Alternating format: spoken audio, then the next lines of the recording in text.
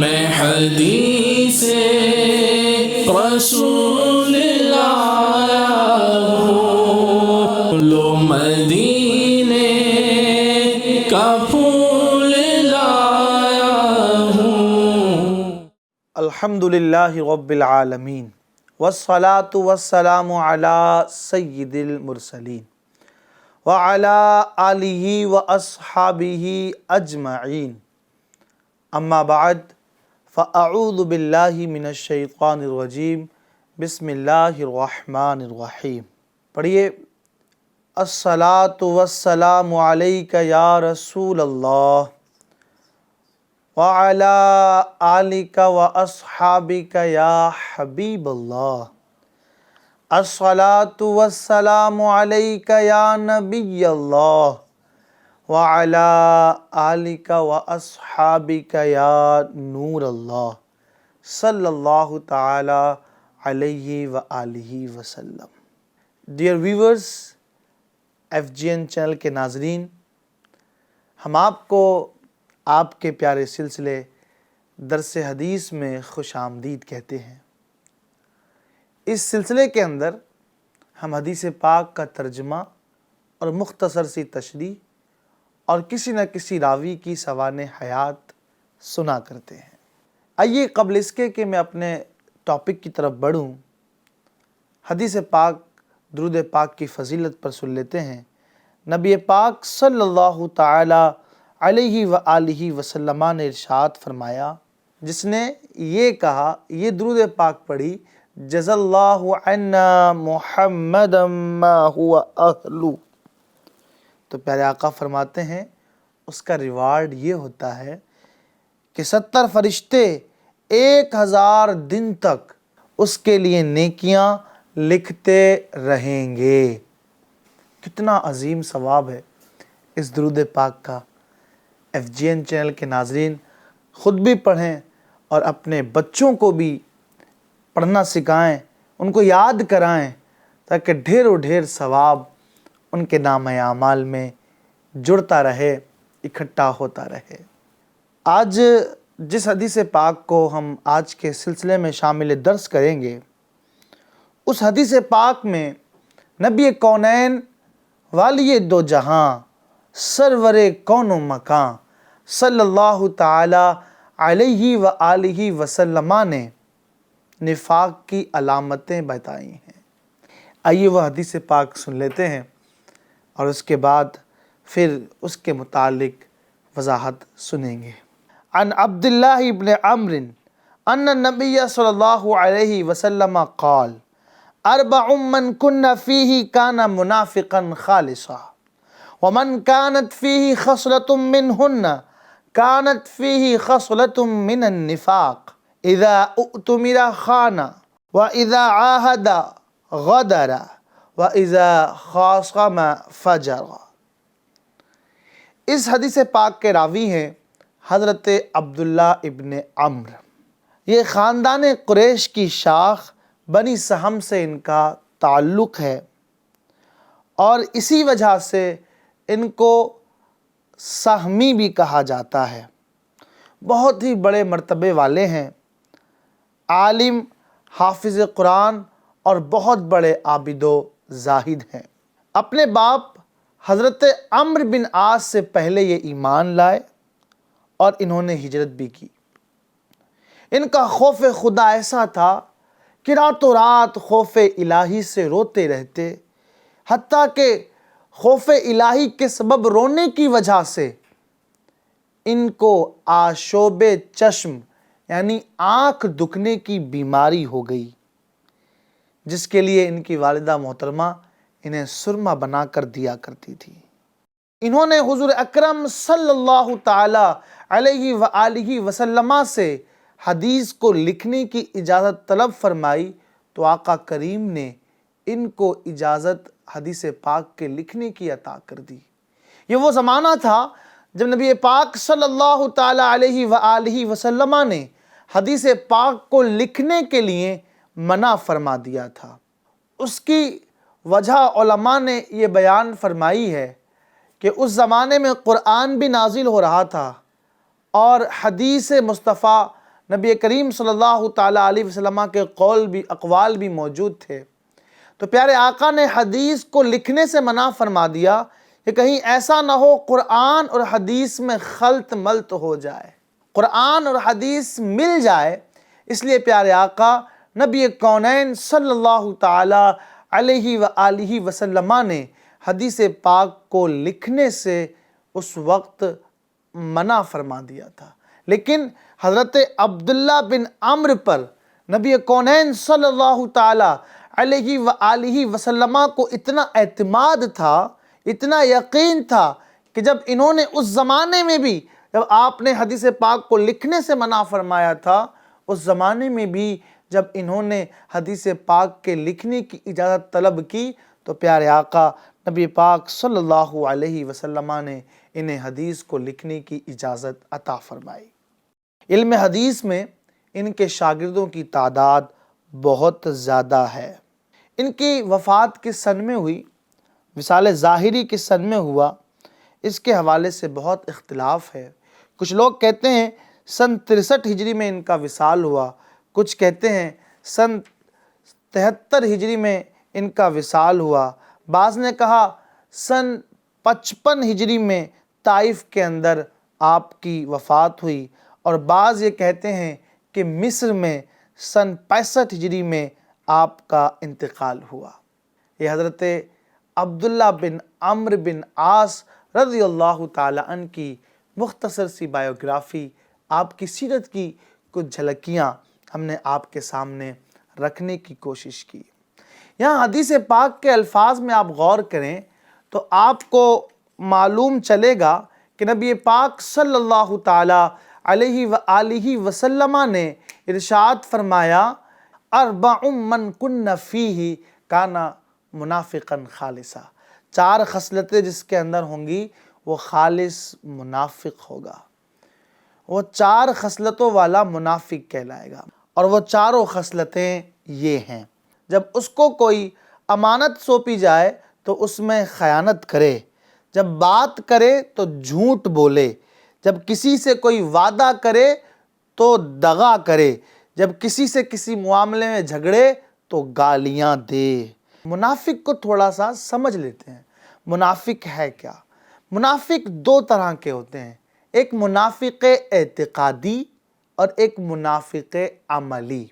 منافق عملی ایک الگ اس کی ڈیفینیشن ہے، ابھی انشاءاللہ اس کی ڈیفینیشن میں بیان کرنے کی کوشش کروں گا۔ منافق اعتقادی کا حکم کیا ہے؟ اس کے حوالے سے علماء نے یہ لکھا کہ منافق اعتقادی دائرہ اسلام سے خارج ہو جاتا ہے، بلکہ اس سے بھی بدتر ہے۔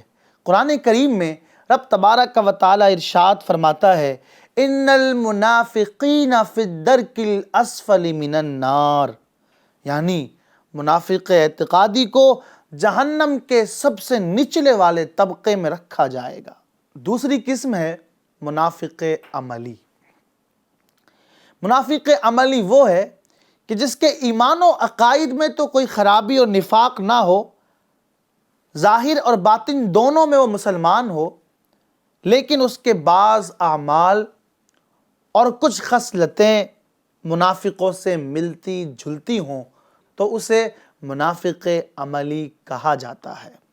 اس حدیث میں جس منافق کی 4 خصلتوں کا ذکر ہے، اس منافق سے مراد منافق عملی ہے۔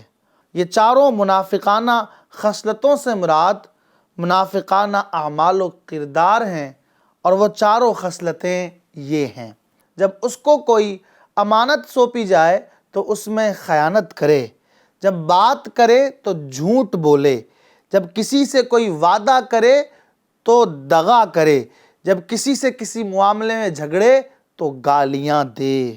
بلا شبہ یہ 4 خصلتیں ہرگز مومن کی خصلتیں نہیں ہیں، بلکہ یہ منافقوں کی خصلتیں ہیں اور گناہ کبیرہ ہے۔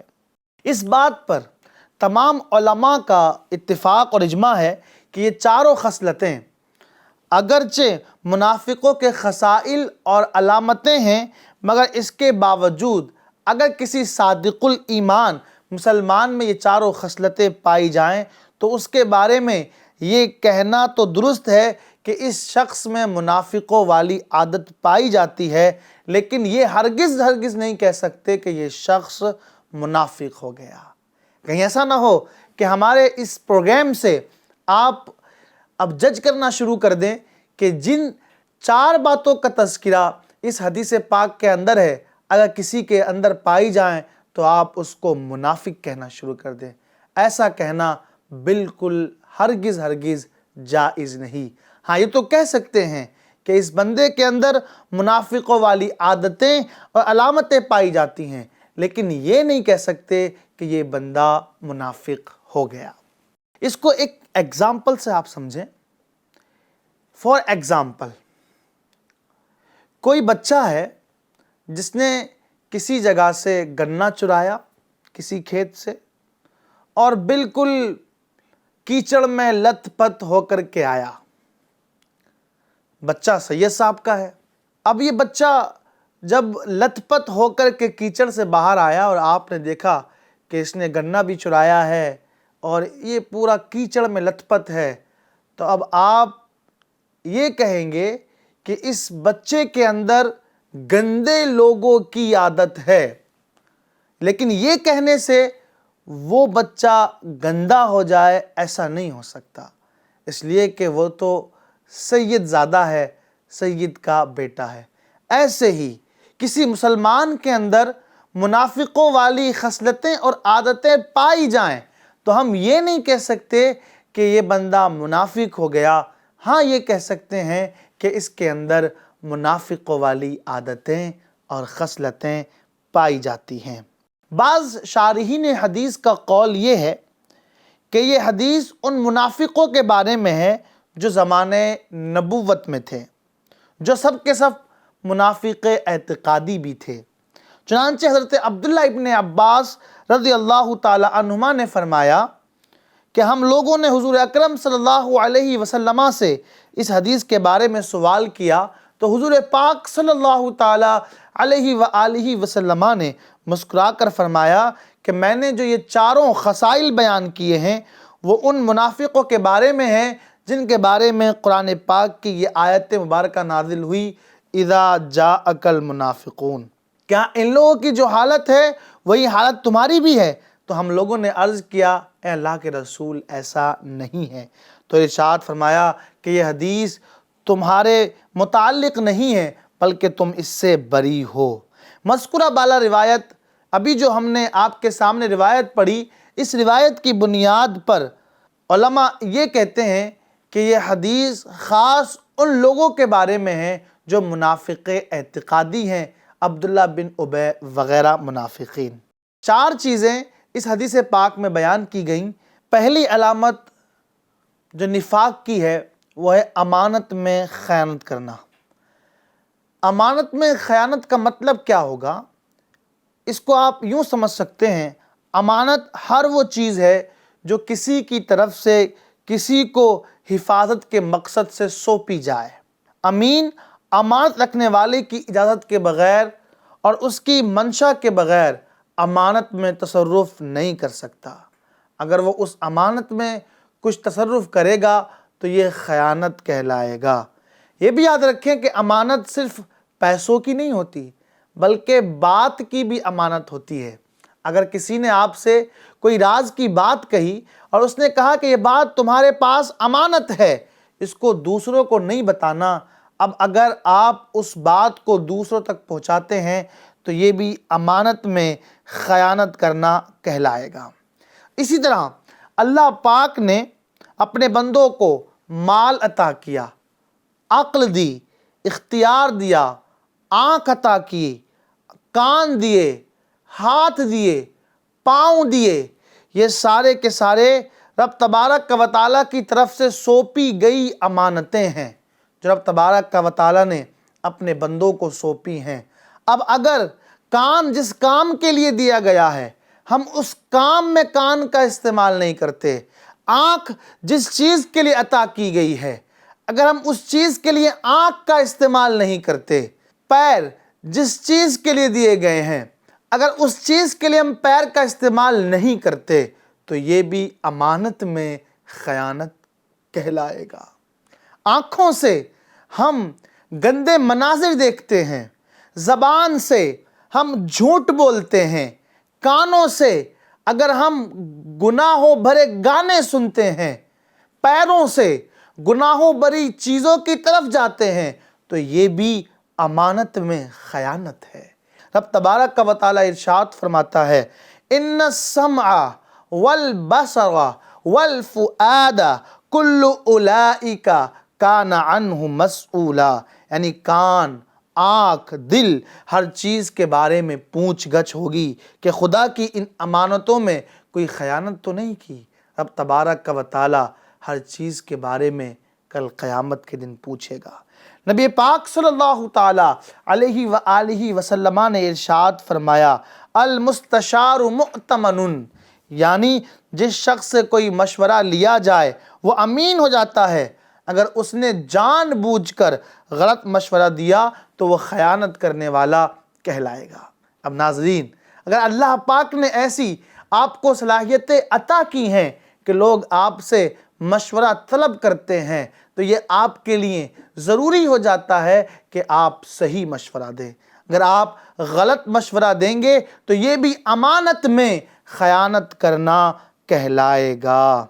اس لیے ہم کو چاہیے کہ امانت میں خیانت نہ کریں۔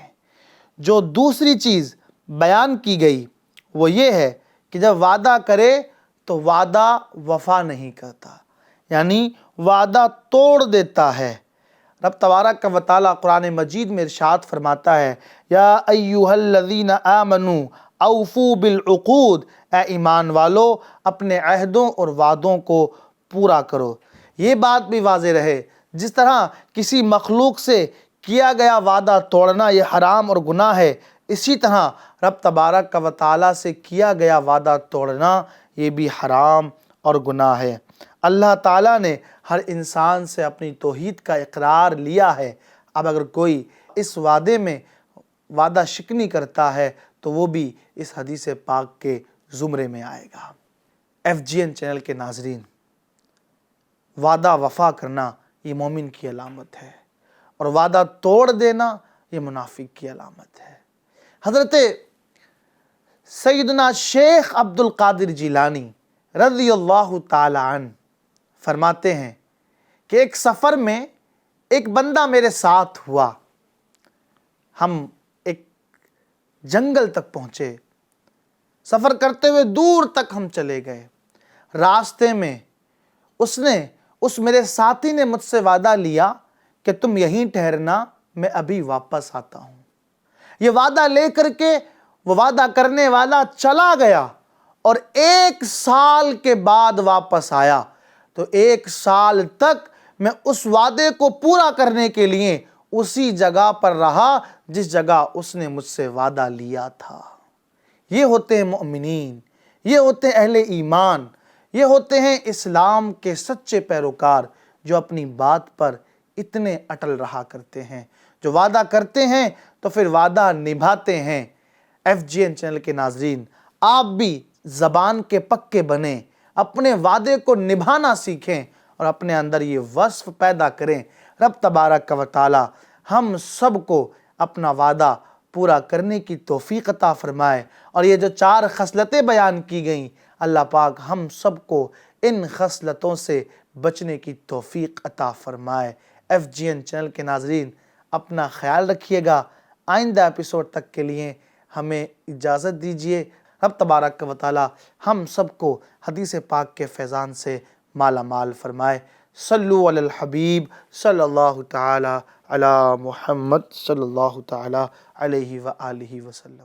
میں حدیث رسول اللہ ہوں، لو مدینہ